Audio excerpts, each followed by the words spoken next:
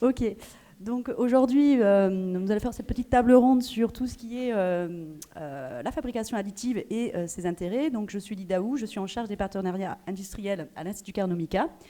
Et on va faire des présentations très succinctes de nos 4 experts qui sont là. Donc merci à eux d'être présents pour cette table ronde.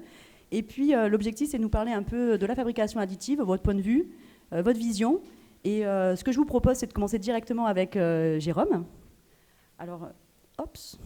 Voilà, Jérôme Chevalier, donc directeur de l'Institut Carnot Ingénierie à Lyon, professeur à l'INSA, c'est ça?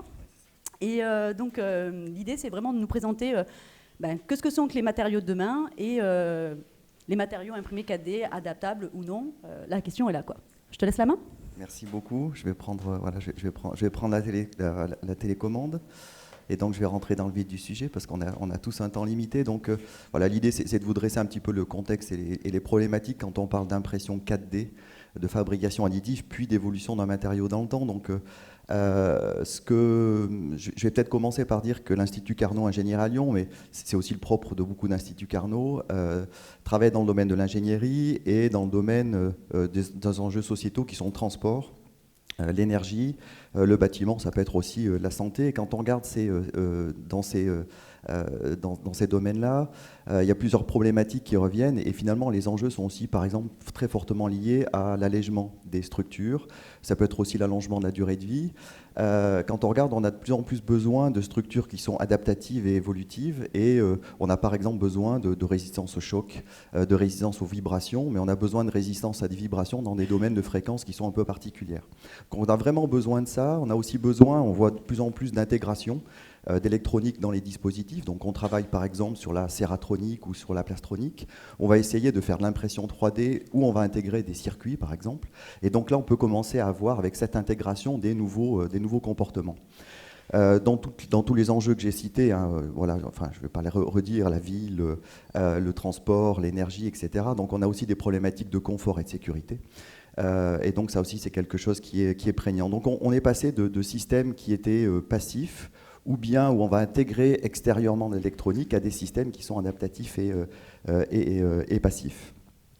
Donc, comment on peut modifier le comportement des matériaux? Et finalement, je vais parler de 3D puis de matériaux adaptatifs. On peut commencer par modifier l'architecture. Et on sait tous bien, en fait, hein, quand on regarde, par exemple, le carton, c'est un exemple un peu magique où, à partir d'un matériau qui n'est pas du tout rigide, on arrive à faire une structure qui résiste mécaniquement.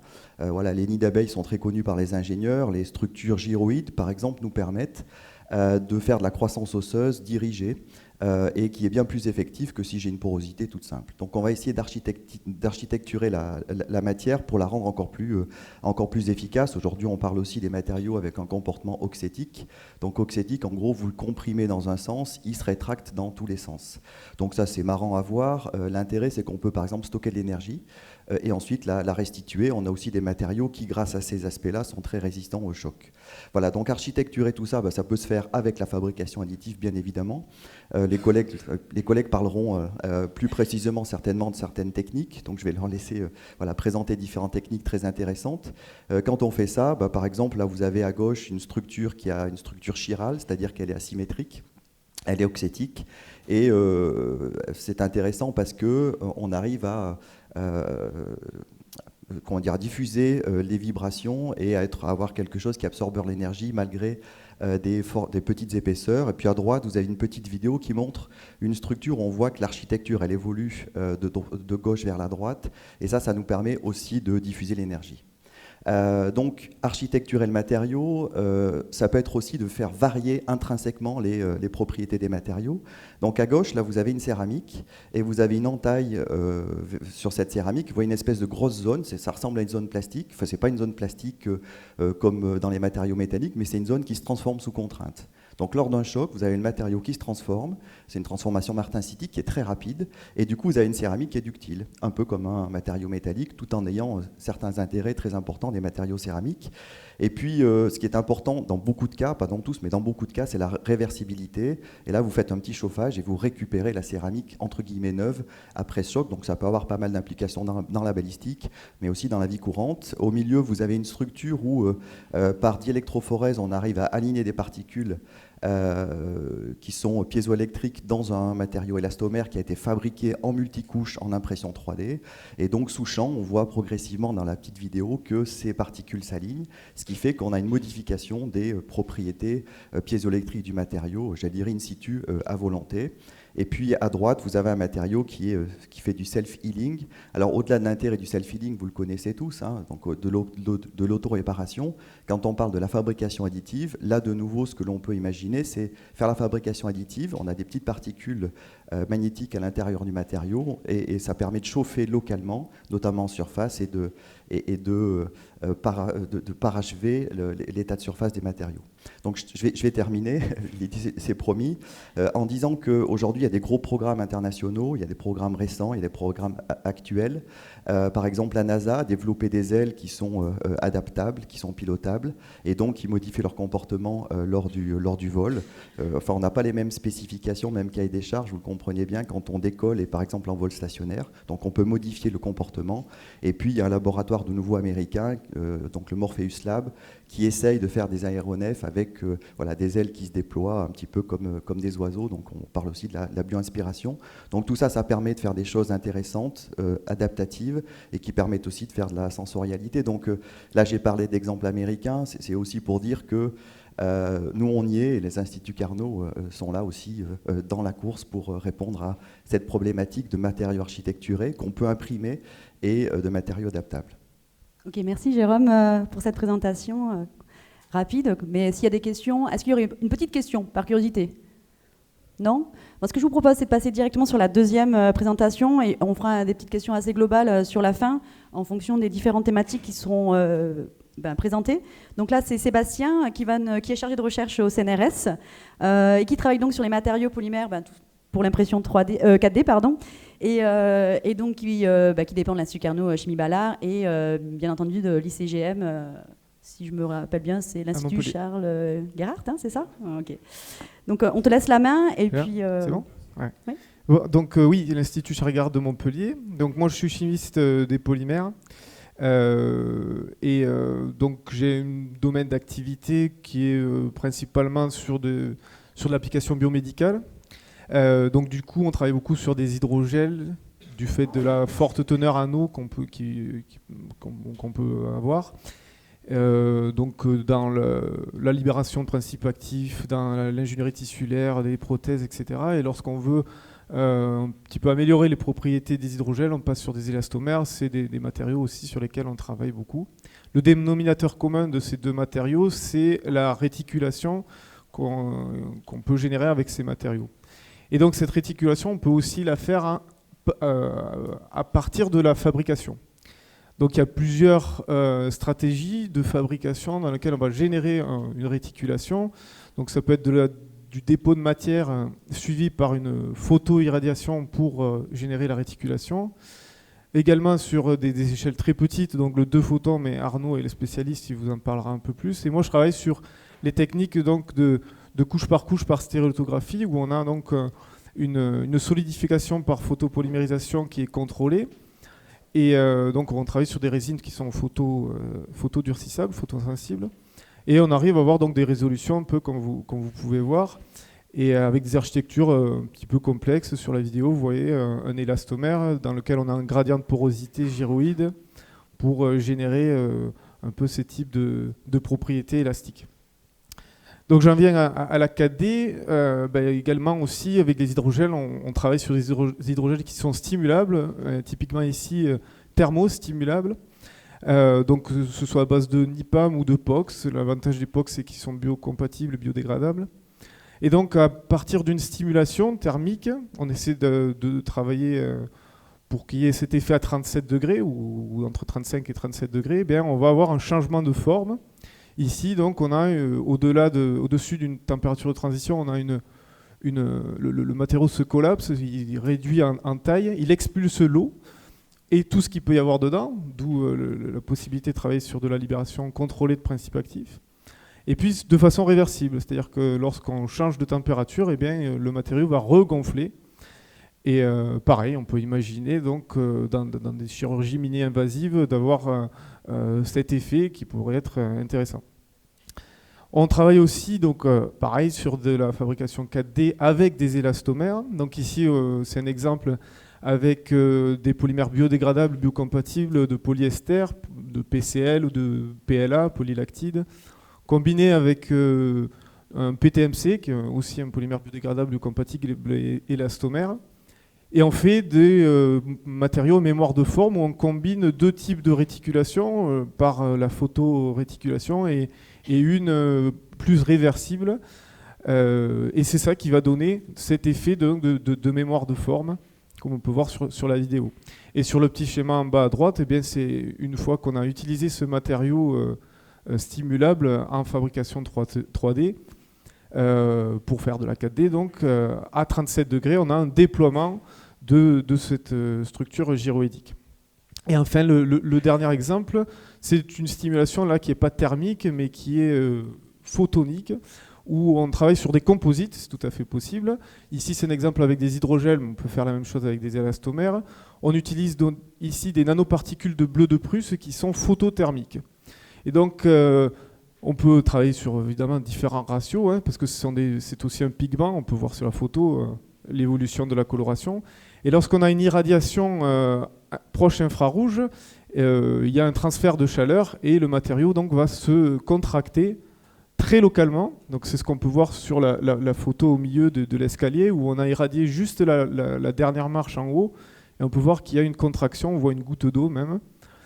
Donc c'est très localisé et c'est par irradiation photonique. Et également on peut faire des actuators, on voit sur le film un peu vert, on voit l'irradiation au milieu et le film va changer de forme, se contracter, se déplier. Tout ça de façon totalement réversible, évidemment. Et enfin, l'exemple d'en bas, où on a dispersé un fluorophore dans notre film, ici. On a irradié au milieu, et on voit donc un trou. Donc on a relargué totalement au niveau de l'irradiation les molécules fluorophores, et on peut le retrouver donc dans le petit bécher.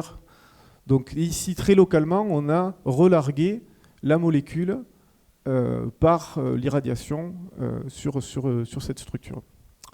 Voilà. Donc, du coup, j'ai été plus rapide que prévu. Mais c'est super. Merci. Du coup, on va pouvoir poser une petite question. Sur les deux premiers intervenants, moi j'avais une question toute simple par rapport aujourd'hui à la fabrication additive 3D qu'on a communément et qu'on travaille à des échelles différentes en termes de taille. Aujourd'hui, concrètement, Jérôme, qu'est-ce que peut apporter la fabrication 4D par rapport à la 3D? Si par exemple je rajoute sur la 3D un traitement de surface, qu'est-ce que ça m'apporte de plus la 4D? Enfin, je me permets de poser ce type de questions, peut-être que ouais, je ne sais pas si les collègues seront d'accord, mais pour moi la 4D c'est simplement le temps en fait, qu'on va rajouter à la fabrication additive. Donc en fait, si on fait de la fabrication additive et que le matériau et la structure évoluent au cours du temps, pour moi, c'est de la fabrication additive 4D. Donc en fait, on rajoute cet aspect-là. Et ce que montrait par exemple le collègue, là, on voit bien, c'est un matériau qui va être évolutif, qui va pouvoir s'adapter, qu'on va pouvoir piloter. Oui. Donc c'est ça en fait. Pour moi, la fabrication 4D, ce qu'elle rajoute, c'est l'évolution de cette structure fabriquée. Elle est complexe. Elle est complexe en forme, elle est complexe en géométrie, et donc elle va pouvoir aussi s'adapter au cours du temps, on va pouvoir la piloter. Je pense qu'on va de nouveau insister après aussi sur la réversibilité, c'est-à-dire qu'on va pouvoir fermer quelque chose, l'ouvrir, et c'est ça en fait l'impression 4D pour moi. En fait. D'accord, ok, merci Jérôme. Et ta vision à toi, Sébastien, parce que du coup, tu nous as parlé beaucoup de la partie domaine médical, mais est-elle adaptable à d'autres domaines? Tout à fait, oui, tout à fait. Alors c'est vrai que la 4D dans le domaine biomédical, quand même particulièrement prometteuse dans le contrôle de la libération de principes actifs, dans la chirurgie mini-invasive, l'accessibilité à des zones qui sont chirurgicalement difficiles à atteindre. Le mot-clé que je rajouterais sur le programmer, etc., je rajouterais, qui est un synonyme, mais déclencher. Donc, c'est-à-dire qu'on va déclencher un effet à un moment donné. Plus que de contrôler, c'est vraiment déclencher. Quand on a un matériau qui se dégrade, par exemple, on sait de façon programmée qu'il va se dégrader dans un certain temps, mais on n'est pas capable de dire bon, mais il faut qu'il commence à se dégrader à un moment T. Okay. Et là, c'est la 4D qui va nous permettre de faire ça. Donc le déclenchement, c'est quelque chose qui qui est important. Ok, merci Voilà. Sébastien. Ce que je vous propose, c'est de passer sur la deuxième partie. Arnaud, je te laisse le lead ou je passe les slides, comme tu veux. Donc Arnaud Spagenberg, donc, qui est chargé de recherche au CNRS à l'Institut des sciences et des matériaux à Mulhouse et qui est présent aussi au niveau de l'Institut Carnot MICA et qui va donc nous parler aussi de la micro-impression 3D 4D par la technique de photopolymérisation. Merci. Donc bonjour à tous. Donc on m'a pas posé la question, mais je vais quand même y répondre aussi en partie, parce que la définition de 4D, en fait, elle dépend de chacun et de chacun des techniques que l'on utilise. Et à l'origine, en fait, l'impression 4D, c'était la simplification de l'impression 3D, donc à savoir une impression de pièces 1D ou 2D qui, sous l'action d'un stimuli, allait se transformer en objet 3D qui était inerte. Mais ça, c'était en fait finalement l'origine de la définition 4D. Et en fait, avec le temps, les gens se sont emparés finalement et ont joué avec la définition 4D. Et effectivement, maintenant, l'idée principalement admise dans la communauté, c'est de jouer avec des matériaux programmables et de les mettre en forme par un procédé d'impression 3D. Mais j'attire votre attention de garder en fait l'idée de simplifier finalement le procédé de fabrication.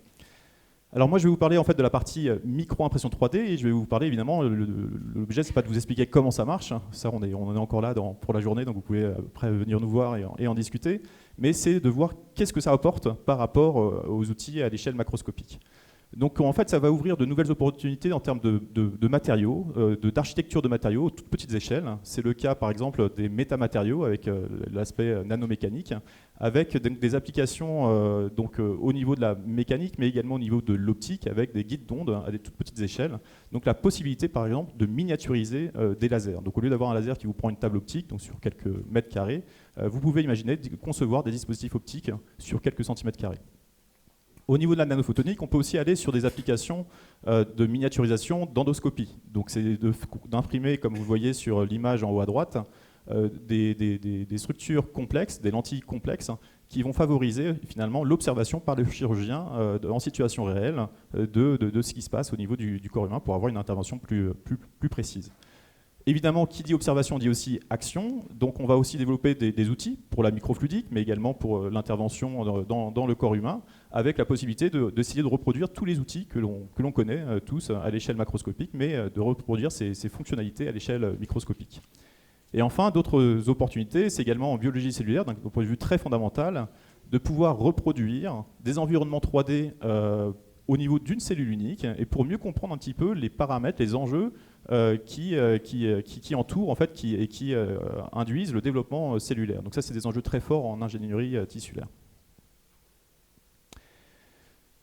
Donc il y a aussi, je parlais de simplification de fabrication. Donc les premiers exemples en fait qui sont sortis, c'était typiquement la miniaturisation de fonctions comme des fonctions de capteurs. Donc c'est ce que par exemple nous avons fait en haut à gauche avec la miniaturisation d'un capteur chimique avec une lecture gravimétrique. Donc là l'idée c'est qu'en une seule étape, en jouant et sur le matériau et sur la forme, on est capable d'interroger le matériau et d'interroger l'environnement dans lequel on est. Donc l'intérêt de miniaturiser évidemment ces capteurs-là, c'est de pouvoir les intégrer dans par exemple, des laboratoires sur puce, des systèmes microfluidiques et d'avoir des devices portatifs. On l'a fait également au niveau des capteurs de pression avec cette fois-ci une lecture électrique. Donc encore une fois, en une seule étape, en jouant sur les conditions de fabrication, on a pu mettre au point un matériau piézo-résistif et avec donc, des sensibilités extrêmement faibles. L'autre intérêt, alors qui est passé un petit peu vite, mais c'est tout l'intérêt de cet exemple, ce sont les actionneurs. Donc c'est l'image en bas à gauche. Donc le fait de passer à l'échelle micrométrique, vous allez réduire les distances de diffusion, et vous avez vu que tous les exemples qu'on vous a montrés jusqu'à présent au niveau de la 4D sont relativement lents du fait de ces échelles de diffusion, de solvant, de température, etc. Le fait de réduire la distance de diffusion, forcément, va vous permettre d'accélérer ces actionneurs. Donc vous n'avez peut-être pas fait attention, mais en fait, ça vous permet d'avoir un actionnement sur quelques millisecondes.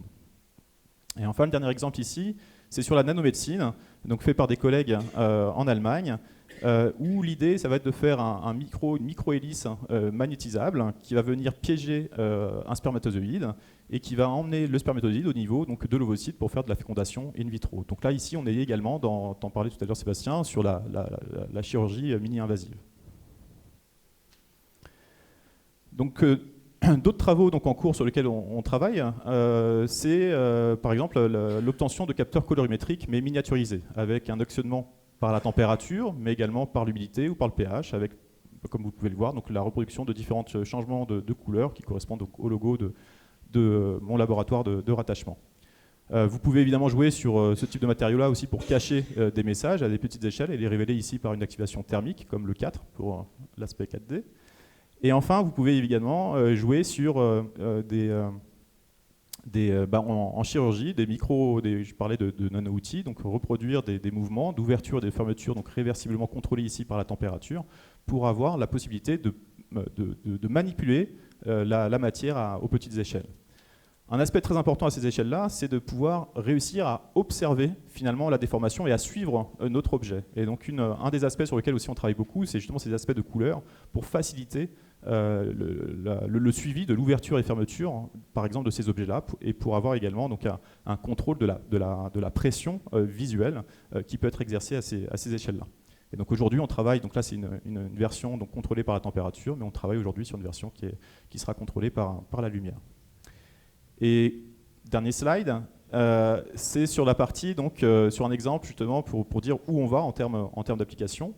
Donc j'ai repris justement ce fameux grappin à base de matériaux programmables, donc avec il faut bien comprendre que chaque élément de l'objet a une réponse différente. Donc ici on a un grappin qui est symétrique, mais on peut faire tourner l'objet, donc on peut aussi visser des objets à ces échelles-là. Et comme vous pouvez le voir sur la petite vidéo, vous allez avoir la possibilité d'ouvrir et de fermer en quelques dizaines de secondes finalement l'objet. Alors ça c'est activé thermiquement. L'idée c'est de réussir à l'intégrer donc avec des structures plus compliquées comme on a commencé à le faire en bas à gauche pour avoir en fait des déformations, des twists plus intéressantes et avec plus d'amplitude et également de les intégrer en bout de fibre optique pour pouvoir avoir à la fin un device fonctionnel. Donc c'est pour ça que j'ai intitulé cette partie-là, donc de la partie matériaux programmables jusqu'à la partie l'obtention de dispositifs fonctionnels. Voilà un petit peu les enjeux. Et évidemment, un des derniers enjeux, et ça fera le lien justement avec la présentation d'avant, c'est évidemment de rendre ces matériaux biocompatibles, voire biodégradables si jamais l'outil se casse dans le corps humain. Voilà. Merci Arnaud pour cette présentation succincte. Ce que je propose, c'est de passer directement la main à Samuel et on vous posera des questions du coup ensuite sur les différentes possibilités qu'on a avec la 4D. Donc Samuel Kenzari, tu es responsable de l'équipe de recherche technologie, matériaux et procédés additifs et ingénieur de recherche CNRS. Non. Et donc tu vas nous parler sur la fabrication additive, tu dépends de l'Institut Carnot ICL, c'est ça, et tu es à l'Institut Jean Lamour. C'est ça. D'accord. Ben, je te laisse la main et puis nous dire ce que tu peux nous faire une présentation sur ta 4D, ta vision. Bonjour à tous. Oui, donc moi, en termes de définition de la 4D, j'ai pas eu la question, mais je reprends l'historique un petit peu. Donc, bien, il a fallu une trentaine d'années finalement pour avoir ce concept-là de mobilité de pièces entre une impression 3D passive telle qu'elle a été inventée en 84. Petit clin d'œil à notre collègue du CNRS, Jean-Claude André, donc, qui est à Nancy. Et donc, fabrication additive passive, on fait un objet et ça permet de faire une pièce d'étagère ou un prototype de forme. Et en 2013, le MIT était arrivé avec ce concept où un objet apparemment passif, lorsqu'il était chauffé, s'animait tout seul et donc permettait d'écrire là sur cet exemple-là MIT. Et donc ensuite, finalement, l'impression 4D, c'est ça, c'est au cours de temps, comment faire changer de forme, de fonction, de manière réversible, de préférence, moi c'est ce que je cherche à avoir, au cours du temps. Et donc, finalement, cette technologie-là, c'est pas encore vraiment pour aujourd'hui, hein, c'est en développement. L'impression 3D, c'est déjà très avancé, il y a déjà pas mal de matériaux, mais tous les matériaux ne sont pas disponibles. Et alors je fais un petit clin d'œil aussi à la contrefaçon. Il faut quand même se méfier de la contrefaçon, surtout sur les pièces critiques, parce que finalement, les technologies d'impression 3D, si on en dispose, eh ben, ça permet de répliquer des objets. Donc il faut quand même aussi faire attention à ça et être conscient qu'on peut être contrefait. Et à la différence de l'impression 3D, l'impression 4D, elle est plutôt en développement, hein, les présentations d'avant et celles que je fais en attestent aussi. Et il y a vraiment cette notion d'auto-adaptabilité, d'auto-organisation et puis de mouvement et d'évolution de fonction au cours du temps. Donc ça ouvre évidemment beaucoup de perspectives pour le futur. Alors, nous, on s'est intéressé à un effet rapide tel que le magnétisme, les matériaux magnétiques. On a tous joué avec des magnettes sur les frigos, etc. Et on sait qu'en fonction d'un objet magnétisé, qui soit pôle nord ou pôle sud, avec un aimant à l'opposé, on va s'amuser à le faire bouger, déplacer, et c'est rapide, on a la réponse tout de suite. Et donc, on s'est dit, finalement, comment adapter finalement des matériaux magnétiques imprimables en 3D, mais pour que l'objet imprimé devienne un aimant permanent.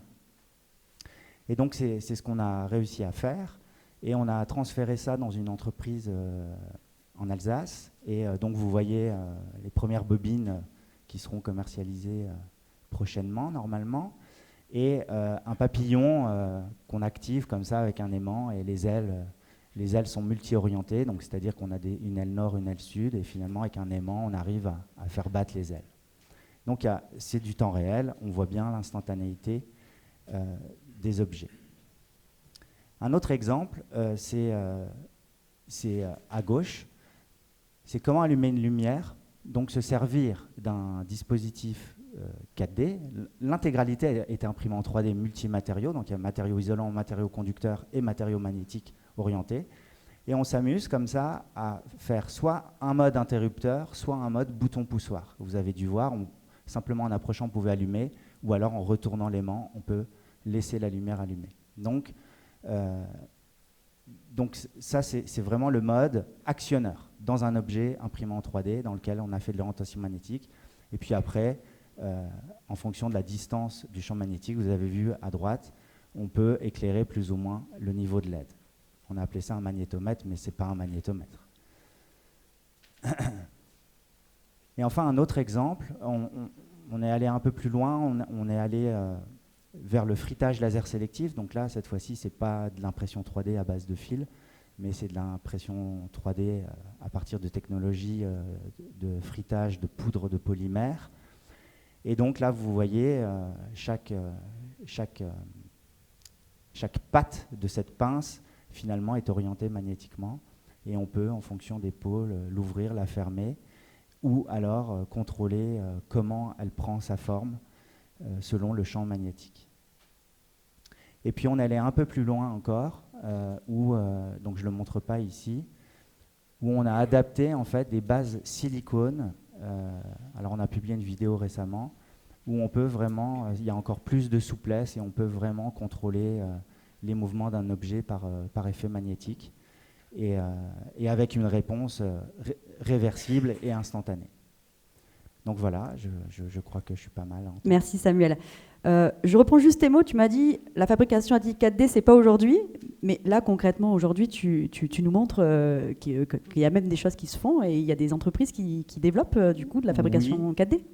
Alors, ce qui va être commercialisé, ça va donner accès finalement aux gens qui achèteront cette technologie, le fait de pouvoir faire un aimant 3D.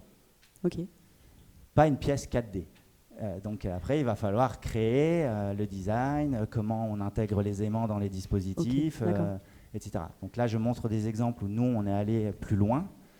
Mais évidemment, avoir une imprimante à fil qui permet de faire un aimant en 3D, ça reste faire un magnète de frigo personnalisé, plus que de faire un objet mobile. Mais ça ouvre la porte. D'accord. Ça ouvre la porte. Ok. Donc, du coup, je vais me faire un peu l'avocat du diable, mais il y a sûrement des industriels qui sont dans la salle et qui ont peut-être des questions. Mais concrètement, enfin, moi, aujourd'hui, je vois pas mal de choses que vous avez présentées. Si on se positionne en tant qu'industriel en termes d'échelle TRL, comment on peut se positionner? Est-ce qu'on est comme sur la fabrication 3D? Aujourd'hui, on voit que la fabrication 3D, sincèrement, là, au niveau nanométrique, micrométrique, à l'échelle de pièces et même maintenant de bâtiments, puisqu'on construit des maisons en fabrication additive 3D. Est-ce qu'on peut imaginer ou se poser la question sur le positionnement de la 4D dans cette même philosophie ou pas du tout? Arnaud, Samuel, je ne sais pas. Je vais parler pour la partie micro. Je pense qu'en termes d'application, en fait, il y a des secteurs qui sont déjà prêts à utiliser la micro-impression 3D. Je pense tout ce qui est organes sur puce. Il y a énormément d'enjeux sur ces activités-là. Et aujourd'hui, la micro-impression 3D permet juste de faciliter finalement la fabrication de ces puces-là et de ces modèles-là. Merci. On peut l'imaginer à des échelles plus importantes ou pas? En termes de taille. Sur la partie magnétique, Oui, par exemple. oui, on peut. Ok. On peut l'imaginer. Ça, c'est L'acoustique sûr. aussi. Ensuite, le changement d'échelle, c'est compliqué. Passer sur des grandes échelles, c'est assez complexe. Et nous, on le voit à notre petit niveau. Passer du labo sur un simple objet 3D, un petit aimant, Oui, le passer sur une production industrielle et produire en grande série, c'est assez complexe. Ouais, il y a déjà quelques exemples, peut-être un peu anecdotiques, mais il y a déjà quelques exemples d'utilisation industrielle ou clinique de matériaux 4D. Quand on prend les substituts osseux imprimés en 3D, puis ensuite qui relarguent des molécules d'intérêt biologique, ça existe et ça se fait en fait. Donc Ok. on va dire que sur cet aspect-là, par exemple, on est à des niveaux de TRL assez élevés. Ok. Voilà. Donc après, c'est des matériaux évolutifs adaptables, mais tout ce qui est absorption de vibrations, changement acoustique, etc., c'est aussi utilisé en fait. Donc on peut imaginer Voilà. ça dans le bâtiment, par exemple, Ouais, concrètement. c'est Ok. ça. Mais je pense que c'était bien dit. Je crois qu'on a les outils pour faire de la fabrication additive 3D de matériaux, de multimatériaux, de matériaux qui intègrent des fonctions. Voilà. Maintenant, il faut être imaginatif pour essayer de l'appliquer au niveau industriel. Tu voulais rajouter quelque chose peut-être, Arnaud? Non, je pensais que il y avait la partie TRL et puis il y avait Oui. la partie aussi outils de production en fait et vitesse de production, cadence. Parce qu'en fait c'est alors notamment pour la partie micrométrique, donc c'est là aussi où c'est limitant. Mais on voit bien il y a plein d'applications où on est sur de la personnalisation en fait pour répondre à un besoin donné. Et à ce moment-là, la fabrication additive, que ce soit du 4D ou que ce soit du 3D, évidemment, répond à ces enjeux-là, quoi. Mais donc en micro-impression 3D en termes de production. Donc ça, évidemment, c'est quelque part lié aussi avec le TRL, mais ça commence aussi à être beaucoup plus intéressant. Il y a des machines qui permettent de faire aujourd'hui des objets qui sont de l'ordre de quelques centimètres cubes en quelques dizaines de minutes, ce qui n'était pas le cas il y a encore 2 ans. Donc c'est vraiment une thématique qui progresse très, très rapidement. Oui, donc il y a une évolution très rapide qui nous permet après de se positionner en fonction du besoin client, quoi. Je veux juste rajouter aussi un autre exemple qui est très parlant, c'est les stents vasculaires en nitinol typiquement, qui se déploient, qui sont thermosensibles et qui se déploient donc une fois implantés dans le corps. Donc ça, ce sont des stents qui sont actuellement utilisés. Ils ne sont pas fabriqués en 3D, donc ce n'est pas de la 4D, mais on peut imaginer donc de changer l'architecture à travers un procédé de fabrication 3D et donc du coup arriver à de la 4D. Voilà. Ok, merci. Il ne nous reste plus qu'une petite minute. Je ne sais pas s'il y a une petite question au hasard. Et puis après, ce que je vous proposerai, c'est de venir vers nous et de prendre contact et de pouvoir échanger sur les stands et où on vous donnera les contacts des différents experts. Parce que concrètement, la fabrication additive 4D, c'est aujourd'hui, demain et après-demain. Monsieur, je vous écoute. Oui, merci, c'est très, très intéressant. Est-ce que pour faire de la micro, voire nano-fabrication 4D, il faut des salles blanches? Enfin, est-ce qu'il y a un environnement minimal à respecter, contraignant, peut-être plus contraignant que d'autres filières? Alors ça va dépendre évidemment du domaine d'application. Si on est en optique, évidemment, la réponse est oui. Maintenant, si vous êtes en biologie cellulaire, vous allez avoir donc, les contraintes liées à la biologie cellulaire, mais pas forcément la salle blanche. Donc c'est plutôt un milieu stérilisé, etc. Une autre question? Ouais, moi, ma question, c'était concernant les matériaux utilisés pour fabriquer ces choses-là. Est-ce que c'est des matériaux qui peuvent... est-ce qu'il y a des limitations dans les matériaux en termes de choix de matériaux pour fabriquer ça, dans le sens où après on a besoin, on va utiliser ces matériaux-là dans des environnements qui peuvent être contraints thermiquement ou chimiquement, dans des environnements agressifs ou pas? Beaucoup de matériaux aujourd'hui qui sont imprimables. Il y en a qui le sont plus ou moins bien en fait. Mais après des matériaux imprimables, vous allez retrouver des matériaux polymères, des élastomères, vous allez retrouver des matériaux céramiques et métaux. Oui. Donc ça va vraiment dépendre du cahier des charges que vous allez avoir, mais le choix est très, très vaste. Oui, voilà, tout dépend en effet de l'application qui est visée, mais oui, on peut très bien adapter le matériau en fonction d'un cahier des charges particulier. Donc voilà, dans le domaine de la santé, il y a plusieurs paramètres à prendre en considération. Et après, on adapte, nous, de mon point de vue, donc la chimie, on adapte la chimie en fonction des cahiers des charges. Mais oui, c'est tout à fait envisageable. Parce que comme il y a un changement de forme, il y a certains matériaux où on imagine qu'auront du mal à s'adapter à ce changement de forme, quoi. Il existe toujours des alternatives. Hein. On peut partir du métal, par exemple, mais après, potentiellement, on peut partir sur le composite, si jamais. Oui, Ça, oui, oui, on peut anticiper les éventuels problèmes, voilà, en rajoutant en effet, par exemple, en effet, des composites qui vont pouvoir contrer un effet de dégradation anticipée, par exemple, des choses comme ça. En fait, voilà, il faut anticiper le problème, mais c'est pas insurmontable. Concrètement, venez nous voir et exposez votre cahier des charges et on a des super experts qui pourront vous répondre au mieux, hein, je pense, hein, tout simplement. Je ne sais pas si on a le temps encore ou... Non, c'est fini ? Dommage, parce que je pense qu'il y avait de belles questions qui allaient venir. Ce que je vous propose, c'est d'interagir avec nous. Je vous remercie, je remercie nos 4 experts aujourd'hui. Si on peut les applaudir, hein, si vous voulez, hein, parce qu'ils ont assuré. Et puis, n'hésitez pas à interagir avec eux sur les stands ou venir me voir et ça sera avec plaisir autour d'un café de discuter sur vos problématiques, vos besoins. Et je dis oui à la 4D, moi.